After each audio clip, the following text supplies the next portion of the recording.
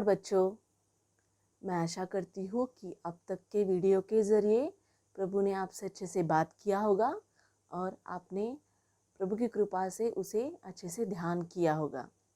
तो बच्चों, आज हम हमारा अगला पाठ देखने वाले हैं। पाठ की शुरुआत करने से पहले हम प्रार्थना करेंगे। आप अपनी जगह पर आंखें बंद करके बैठिए। प्यारे मसीहा, तेरा धन्यवाद देती हूँ प्रभु।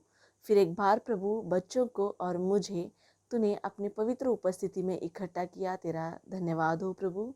प्रभु, तेरा पवित्र आत्मा प्रभु एक एक बच्चों पर काम करे प्रभु। मुझे भी प्रभु तेरे हाथों में सौंपती हूँ प्रभु। पाठ अच्छी तरह से समझने के लिए तू बच्चों को कृपा दे प्रभु।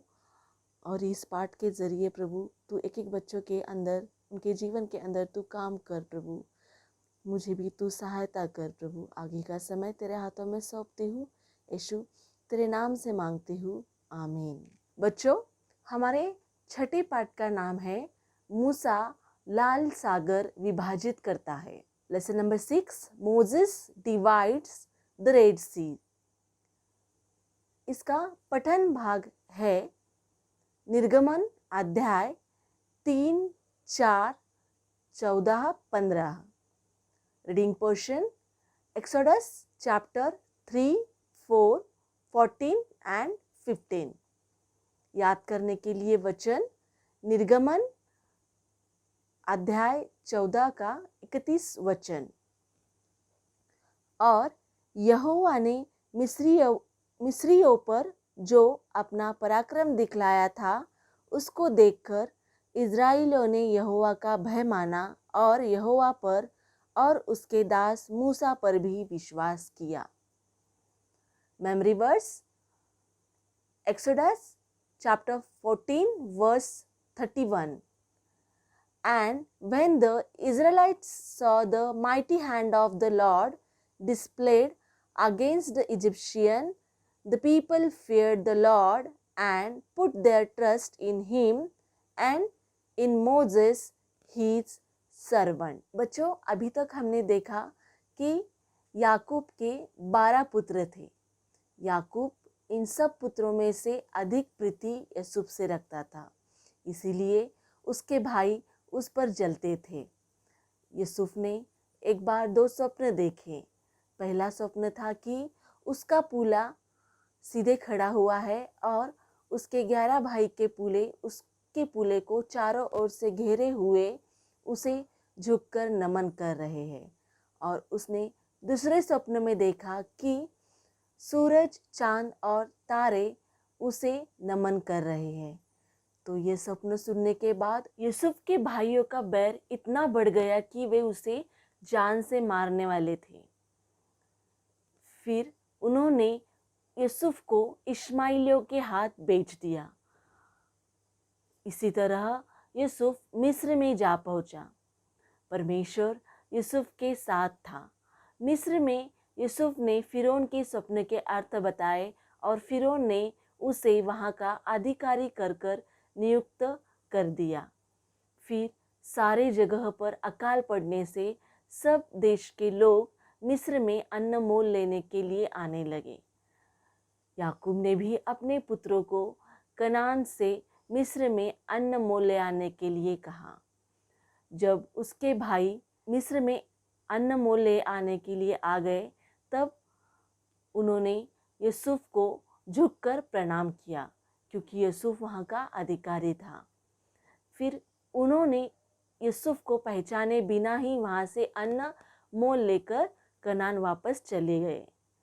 जब वह अगली यात्रा में आए, तब यूसुफ ने अपने आप को अपने भाइयों के सामने प्रकट किया और उन्हें क्षमा करके उनसे प्रेम से व्यवहार किया। फिर हमने देखा कि यूसुफ ने अपने सारे परिवार को कनान से मिस्र में बुलाया, क्योंकि कनान में भी अकाल था। और वे सभी लोग मिस्र के गोशन नामक स्थान में रहने लगे। यूसुफ के भाइयों ने उसके साथ गलत व्यवहार किया, उसको मारना चाहा। फिर भी यूसुफ ने उनके साथ प्रेम से व्यवहार किया, उन्हें क्षमा की और परमेश्वर का प्रेम उन पर प्रकट किया। यहाँ तक बच्चों हमने हमारे पिछले पार्ट में देखा। अब हम इस पार्ट का भाग देखेंगे। याकूब और उसका परिवार अकाल खत्म होने के बाद भी गोशन में ही रहने लगे। इज़राइल की संतान फूलने और फलने लगी और बड़ी संख्या में बढ़ गई। यूसुफ और उसके भाई मर गए। मिस्र के राजगद्दी पर एक नया राजा राज्य करने लगा जो यूसुफ को नहीं जानता था। उसने देखा कि इज़राइली लोग मिस्री लोगों से गिनती और सामर्थ्य में बढ़ गए हैं।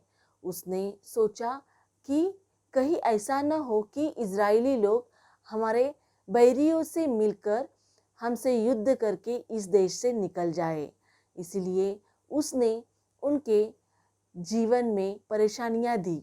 उसने उनको अपना गुलाम बनाया। उसने राजा के लिए नए नए नगर उनसे बनवाए। इज़राइलियों के जीवन को उसने गारों और ईंटों और खेती के भांति भांति कठिन कामों से भर दिया और उनका जीवन दुखी और परेशान कर दिया।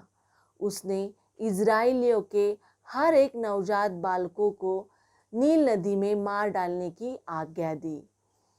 उसी समय लेवी वंशज बच्चों, हमने ये याकूब के 12 पुत्र देखे थे, तो उसमें से एक पुत्र का नाम लेवी था। तो उसका वंशज, उसके वंश का एक पुरुष अमराम और लेवी वंश, उसी वंश की एक स्त्री योकेबेद, इनका आपस में विवाह हो गया। इनकी 3 संतान थी। उनके बड़े पुत्र का नाम हारून था। उसके बाद एक पुत्री हुई, उसका नाम मरियम था। और उसके बाद एक पुत्र था जो एक छोटा बच्चा था, 3 महीने का बालक था। राजा की आज्ञा के भय से अमराम और योकेबेद ने उस बच्चे को राजा के और उसके लोगों से दूर छिपा कर रखा। जब वो उसे और ज़्यादा छिपा न सके तब उन्होंने एक सरकंडे की टोकरी में उसे डाला और उसे नील नदी के किनारे छोड़ दिया। और उस बालक की बहन मरियम उसे दूर से देखने लगी और उस पर ध्यान रखने लगी। तो बच्चों, यहाँ पर मरियम एक छोटी बच्ची है, फिर भी वह अपने छोटे भाई का कैसे ध्यान रख रही है। तो बच्चों, हमारे घर में भी हमारे छोटे भाई बहन रहते हैं, तो हमें भी उनका ऐसे ही ध्यान रखना चाहिए और उनकी केयर करना चाहिए। उसी समय नील नदी में फिरौन की बेटी स्नान करने के लिए आती है। फिर वह टोकरी में एक बच्चा रोते देखती है। वह टोकरी पानी में बहते बहते फिरौन की बेटी पास आ गई और उसने उस बालक को टोकरी में देखा। तो बच्चों, ये देखो, ये टोकरी है, सरकंडे की टोकरी। तो फिरौन की बेटी उस बालक को इस टोकरी में देखती है और वो देखती है कि बालक बहुत ही सुंदर है, तो उस बालक को वह लेने का फैसला करती है। इसी तरह इस बालक का संगोपन फिरौन के घराने में होता है, पालन पोषण फिरौन के घराने में होता है। और फिरौन की बेटी उस बालक का नाम मूसा रखती है। जब मूसा बड़ा हुआ तब उसने देखा कि एक मिस्री आदमी इज़राइली आदमी को पीट रहा है। फिर उसने उस मिस्री आदमी को मार दिया और बालू रेत में उसे गाड़ दिया। जब यह बात सारे लोगों को पता चली तब मूसा वहाँ से भागकर मिद्यान देश में जाकर रहने लगा। मिद्यान में उसने इत्रो की पुत्री से विवाह कर लिया जिसका नाम सिपोरा था। उनको एक पुत्र उत्पन्न हुआ जिसका नाम गेरशोम था। मिद्यान में मूसा इत्रो की भेड़ बकरियां चरा। इधर मिस्र में इज़राइलियों के कठिन सेवा के कारण वे लंबी लंबी सांस लेकर आहें भरने लगे और परमेश्वर को पुकारने लगे। परमेश्वर ने उनका कराहना सुना और इज़राइलियों पर दृष्टि करके उन पर चित्त लगाया। फिर एक दिन जब मूसा होरे पर्वत के पास अपनी भेड़ बकरियां चरा रहा था, तब एक जलती झाड़ी से परमेश्वर ने उसको दर्शन दिया। मूसा ने अपनी आंखें उठाकर क्या देखा कि एक झाड़ को आग तो लगी है, पर वह झाड़ी जल नहीं रही है। तो बच्चों, नॉर्मली जब हम देखते हैं कि अगर हम एक झाड़ को अगर आग लगाते हैं तो वो झाड़ जल जाता है, वो जलने वाली चीज़ है, पर फिर भी वहाँ पे वो झाड़ जल नहीं रहा था। उसमें आग तो लगी थी परंतु वो जल नहीं रहा था। तो वहाँ पर उस झाड़ी में परमेश्वर की उपस्थिति थी। तो उस झाड़ी से परमेश्वर ने मूसा से बात की और उससे कहा कि मैं तेरे पितरों का परमेश्वर हूँ। मैंने इज़राइली लोगों का करहाना सुना है और मैं तुम्हें उनके पास भेजूंगा।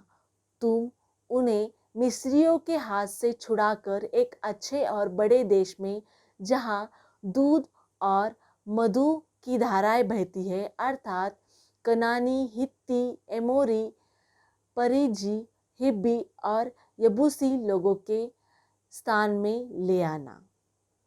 फिर मूसा कहने लगा कि मैं कौन हूँ जो उन्हें मिस्र से निकाल ले आऊँ, और अगर वे आपके बारे में मुझसे पूछने लगे तो मैं क्या कहूँ। और मैं तो बोलने में मुंह और जीभ का भद्दा हूँ। बच्चों, यहाँ पे मूसा को ठीक तरह से बात करनी नहीं आती थी। तो इसी तरह यहाँ पे मूसा परमेश्वर की बात न मानने के लिए अलग अलग बहाने देता गया और अलग अलग एक्सक्यूजेस परमेश्वर के सामने वो रखता गया। वो परमेश्वर को अपनी कमजोरी बताने लगा। तब परमेश्वर ने मूसा से कहा कि मनुष्य को मुंह देने वाला, उसे गूंगा बनाने वाला, उसे अंधा या देखने वाला बनाने वाला मैं ही हूँ। मैं तेरे संग होकर तुझे सिखाऊंगा और तू अपने साथ अपने भाई हारून को ले लेना, जो बोलने में निपुण है। फिर इसी तरह मूसा मिस्र में आ गया और उसने अपने भाई हारून को साथ लेकर फिरौन के पास वे लोग गए और फिरौन के सामने वो कहने लगे कि इज़राइल का यहोवा परमेश्वर यहोवा यो कहता है कि मेरे लोगों को यहाँ से जाने दो कि वे जंगल में जाकर मेरी आराधना करें। लेकिन बच्चों, हमने देखा कि इज़राइली लोग मिस्र लोग के गुलाम थे, इसलिए फिरौन ने उन्हें जाने के लिए उन्हें वहाँ से भेजने के लिए वो मना करने लगा। उसका मन कठिन हो गया।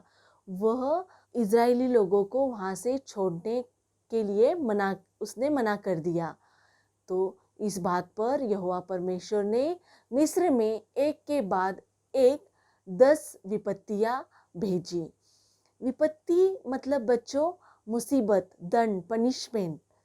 तो मिस्र में यहोवा परमेश्वर ने एक के बाद एक ऐसे 10 विपत्तियां भेज दिए। तो बच्चों, पहली विपत्ति थी कि नील नदी के जल का लहू बनना। तो इस विपत्ति में 7 दिन तक नील नदी का पानी लहू बनकर रहा और इसी कारण सारा मिस्र जो था वो पानी के बिना प्यासा ही रहा। इसके बाद परमेश्वर ने दूसरी विपत्ति मिस्र में भेजी, जो कि मेंढकों का आक्रमण। तो इस विपत्ति में सारे मिस्र देश में मिस्र नील नदी में सारे मिस्री लोगों के घरों में, उनके बिछौने में और हर एक जगह पर मेंढक फ्रॉग फैल गए और इससे मिस्री लोग बहुत परेशान हो गए। फिर भी फिरौन का मन कठिन ही रहा, उसने इज़राइली लोगों को जाने नहीं दिया। तीसरी विपत्ति है कुटकियों का झुंड। इस विपत्ति में सारे मिस्र देश में भूमि की धूल भी कुटकिया बन गई और वे मिस्र लोगों को परेशान करने लगी। चौथी विपत्ति थी ढांसों का झुंड। तो सारे मिस्र देश में ढांसों के झुंड पहुंच गए और वे सभी मच्छर मिस्र लोगों को परेशान करने लगे। लेकिन बच्चों, गोशन में जहाँ इजरायली लोग रहते थे वहाँ एक भी ढांस का झुंड न था। पांचवी विपत्ति पशुओं की मौत। इस विपत्ति में सारे मिस्र के पशु विपत्ति से मर गए, लेकिन गोशन में के एक भी पशु को कुछ नहीं हुआ। छठी विपत्ति फफोले और फोड़ों का निकलना। तो इस विपत्ति में बच्चों सारे मिस्र लोगों पर और जो बचे हुए पशु है उस पर फफोले और फोड़े आने लगे। सातवीं विपत्ति है ओलों की वर्षा। इस विपत्ति में आसमान से ओले गिरने लगे और उनके साथ आग भी मिली हुई थी। आठवीं विपत्ति टिड्डियों का आक्रमण। सारे मिस्र देश में टिड्डियां लोकस्ट फैल गई। नौवीं विपत्ति अंधकार। इस विपत्ति में सारे मिस्र देश में 3 दिन तक घोर अंधकार छाया रहा। फिर 10वीं और आखिरी विपत्ति पहलोटे की मृत्यु। इस विपत्ति में मिस्र के फिरौन से लेकर चक्की पीसने वाले दासी तक के पहलोटे पुत्र, मतलब जो प्रथम संतान है, उसकी मृत्यु होगी, इस तरह परमेश्वर ने कहा। और यह विपत्ति मिस्र और गोशन दोनों स्थानों में आई। लेकिन बच्चों, परमेश्वर ने इससे बचने के लिए मूसा से कहा कि तू एक निर्दोष मेमना लेना और उसका लहू अपने दरवाजे के दोनों बाजू में और ऊपर सिर पर, आप बच्चों इमेज में देख सकते हो कि उस निर्दोष मेमने का लहू द्वार के दोनों अलंगों और चौखट पर कैसे लगाया है। तो इसी प्रकार बच्चों, यह विपत्ति आने से सभी घरों में का प्रथम संतान इस विपत्ति के कारण मर गई। लेकिन गोशन में जिन्होंने इस निर्दोष मेमने का लहू अपने द्वार पे लगाया था, वे सब बच गए। और इस विपत्ति के बाद फिरौन ने फिर इजरायली लोगों को वहां से निकल जाने के लिए कहा। बच्चों, सारे इजरायली लोग खुशी मनाने लगे और वह कनान की ओर जाने के लिए तैयारी करने लगे। इजरायली लोग अपने पत्नियां, बच्चे और पशु और सारी धन संपत्ति लेकर मिस्र से निकलकर लाल समुद्र के पास पहुँचे। फिर यहाँ पे बच्चों फिर से फिरौन का मन कठिन हो गया और उसने अपनी सेना लेकर इजरायली लोगों का पीछा किया। जब इजरायली लोगों ने ये देखा कि आगे समुद्र है, लाल समुद्र है और पीछे फिरौन की सेना उनका पीछा कर रही, तो वे घबरा गए और वह फिर से परेशान हो गए और वह परमेश्वर को पुकारने लगे।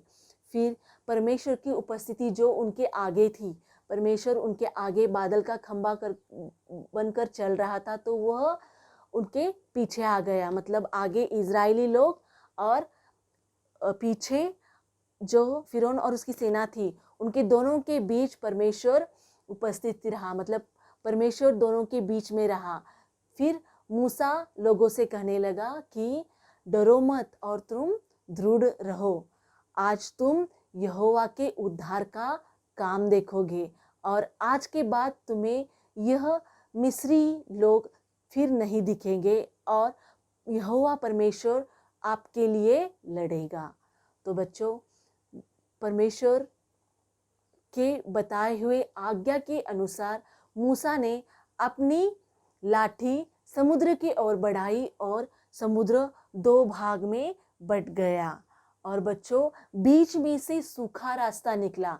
तो बच्चों, अगर हम नॉर्मली एक जगह पर अगर पानी डालते हैं तो वहाँ की ज़मीन गीली हो जाती है, तो समुद्र दुभागने पर भी बच्चों वहाँ पर सूखा रास्ता दिखाई दिया।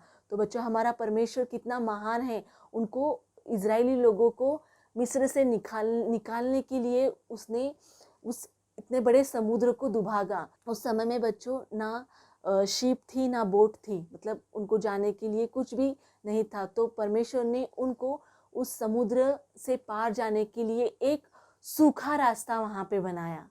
तो उस रास्ते पर इजरायली लोग चलने लगे और वे लाल समुद्र पार करने लगे। फिर लाल समुद्र पार करने के बाद जो बादल का खंभा उनके दोनों इजरायली लोग और मिस्री लोग के बीच में था, वह फिर से उनके आगे आ गया। और वह आगे आने के बाद फिरौन और उसकी सेना ने देखा कि इजरायली लोग लाल समुद्र पार कर रहे हैं, तो वे भी उस समुद्र को पार करने के लिए समुद्र के बीच में जो रास्ता था उसमें आने लगी। फिर जब सारे इजरायली लोग समुद्र पार हो गए, तब मूसा ने फिर से परमेश्वर की आज्ञा के अनुसार अपनी लाठी आगे बढ़ाई और समुद्र फिर से पूरा एक हो गया और सारे मिस्री लोग उस समुद्र में डूब गए और मर गए। तो बच्चों देखो, अपना परमेश्वर कितना महान है। उसने अपने बलवंत हाथों से, अपने सामर्थ्यशाली हाथों से इजरायली लोगों को मिस्र से बाहर निकाला और वह किस तरह उनकी मदद कर रहा है। तो बच्चों, सभी इजरायली लोगों ने मरियम जो मूसा की बहन थी, उसके नेतृत्व में परमेश्वर की स्तुति गाई और परमेश्वर को धन्यवाद देने लगे कि परमेश्वर ने उनको उस फिरौन से और मिस्री लोगों से बचाया। यह सब देखकर इजराइलियों ने परमेश्वर और मूसा पर और भी अधिक विश्वास किया। बच्चों, अब हम इस पाठ से क्या सीखते हैं वो देखेंगे। तो बच्चों, हमने देखा कि जब मूसा का जन्म हुआ था, तब राजा ने यह आज्ञा निकाली थी कि सभी नवजात बालकों को मार दिया जाए। फिर भी मूसा किस तरह बच गया, हमने इस पाठ में देखा। तो मूसा का इस्तेमाल परमेश्वर उसके लिए करने वाला था, इसीलिए परमेश्वर ने मूसा को जीवित रखा और उसके कामों के लिए इस्तेमाल किया। इसी तरह बच्चों, हमारा भी परमेश्वर उसके कामों के लिए इस्तेमाल करता है। तो हमें पता नहीं बच्चों, आपके जीवन में भी अभी तक कुछ कुछ बातें होएगी जो आपके माता पिता को पता है। आपके जीवन में भी ऐसे कुछ मतलब हानि हुई होगी, तो उस हानि से परमेश्वर आपको अभी तक बचाया, अभी तक जिंदा रखा। तो इसमें परमेश्वर की कुछ ना कुछ हमारे लिए इच्छा है। तो हमें वह परमेश्वर की इच्छा समझकर उसके अनुसार हमें परमेश्वर का काम करना चाहिए। तो बच्चों, हमने देखा कि जब परमेश्वर मूसा से बात किया, तब मूसा अपनी कमजोरी परमेश्वर को दिखाने लगा। बच्चों, आप सबको भी कुछ ना कुछ कमजोरी होगी, तो आप उस बात में निराश नहीं होना चाहिए। उस बात के लिए परमेश्वर से आप प्रार्थना करनी चाहिए। फिर परमेश्वर आपका कोई भी कमजोरी रहने से भी परमेश्वर आपका इस्तेमाल करेगा और आपको सहायता करेगा। और बच्चों, हमने देखा कि इजराइलियों ने अपने कठिन समय में परमेश्वर की दोहाई दी, परमेश्वर को पुकारा। तो हम भी हमारे कष्टों के समय में परमेश्वर को पुकारे, परमेश्वर को याद करना चाहिए। जैसे बच्चों, अगर हम बीमार होते हैं या अगर कुछ हमें कष्ट होता है, तो हमें उस समय में परमेश्वर को पुकारना चाहिए और परमेश्वर से प्रार्थना करनी चाहिए। हमारा परमेश्वर जीवित परमेश्वर और शक्तिशाली परमेश्वर है। वह हर एक बुराई से हमें बचाएगा और जिस तरह उसने इजराइलियों को छुड़ाया, उसी तरह वह हमें भी उत्तर देगा। हमें हमेशा सभी अच्छाइयों और भलाई के लिए परमेश्वर का धन्यवाद देना चाहिए। We should always thanks and praise the God for his goodness.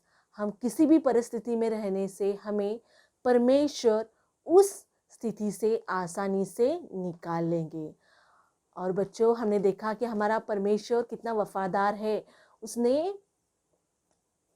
Israeli लोगों को मिस्र से निकालने के लिए 9 विपत्तियां सिर्फ मिस्र में भेजी और गोशन में उसके लोगों को मतलब इज़राइलियों को उसने सुरक्षित रखा, और 10वीं जो विपत्ति है उसने दोनों मतलब मिस्र और गोशन दोनों स्थान में भेजी, लेकिन अपने लोगों को बचने के लिए उसने एक निर्दोष मेमने का लहू का उपाय बताया। तो इसी तरह बच्चों, हम अभी भी देखते हैं कि यीशु मसीह ने अपना कीमती लहू बहाकर हमें हमारे पापों से और शैतान से के हाथों से हमें छुड़ाया है।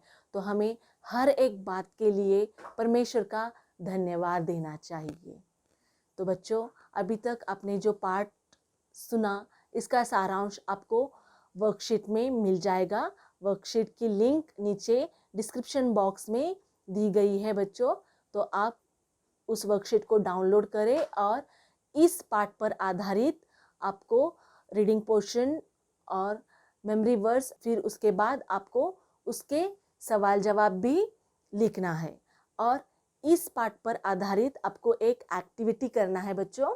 तो बच्चों, आपको इस तरह एक समुद्र निकालना है, लाल समुद्र। मूसा के जरिए जो लाल समुद्र पार हुआ है, वो लाल समुद्र आपको ऐसे निकालना है समुद्र, और उसमें से एक मार्ग निकालना है। और इस तरह आपको एक दूसरे शीट में इस तरह इजरायली लोग निकालना है, और इस जो सूखी जमीन को आपको बीच में से काट कर इस तरह इजरायली लोग लाल समुद्र पार हुए, ये दिखाना है। तो बच्चों, ये एक्टिविटी आपको करना है। अपना यह पाठ यहीं पे समाप्त होता है। तो बच्चों, मैं प्रार्थना करती हूँ, आप आंखें बंद कीजिए। धन्यवाद हो परमेश्वर, प्रेमी परमेश्वर, तूने हमसे इस पाठ के जरिए सुंदर सी बातें की। तेरा धन्यवाद हो प्रभु, सर्वशक्तिमान जीवित परमेश्वर प्रभु। जिस तरह प्रभु तूने इजरायली लोगों को प्रभु मिस्र से छुड़ाया प्रभु, उसी तरह प्रभु हमारी एक एक बुरी बात से प्रभु, एक एक कमजोरी से, एक एक जुनी शक्ति से प्रभु तू छुड़ा प्रभु। और तेरे काम के लिए प्रभु बच्चों का और मेरा भी प्रभु तू इस्तेमाल कर प्रभु। और प्रभु तू हमेशा हमारे साथ रहे प्रभु। इस पाठ के एक एक वचन को अच्छी तरह से समझकर उसी वचन में मनन करने के लिए और उसी बात पर चलने के लिए तू बच्चों को प्रभु कृपा दे प्रभु। प्रभु एक एक बात ध्यान करने के लिए तू सहायता कर। यीशु तेरे नाम से मांगती हूँ प्रभु, आमीन।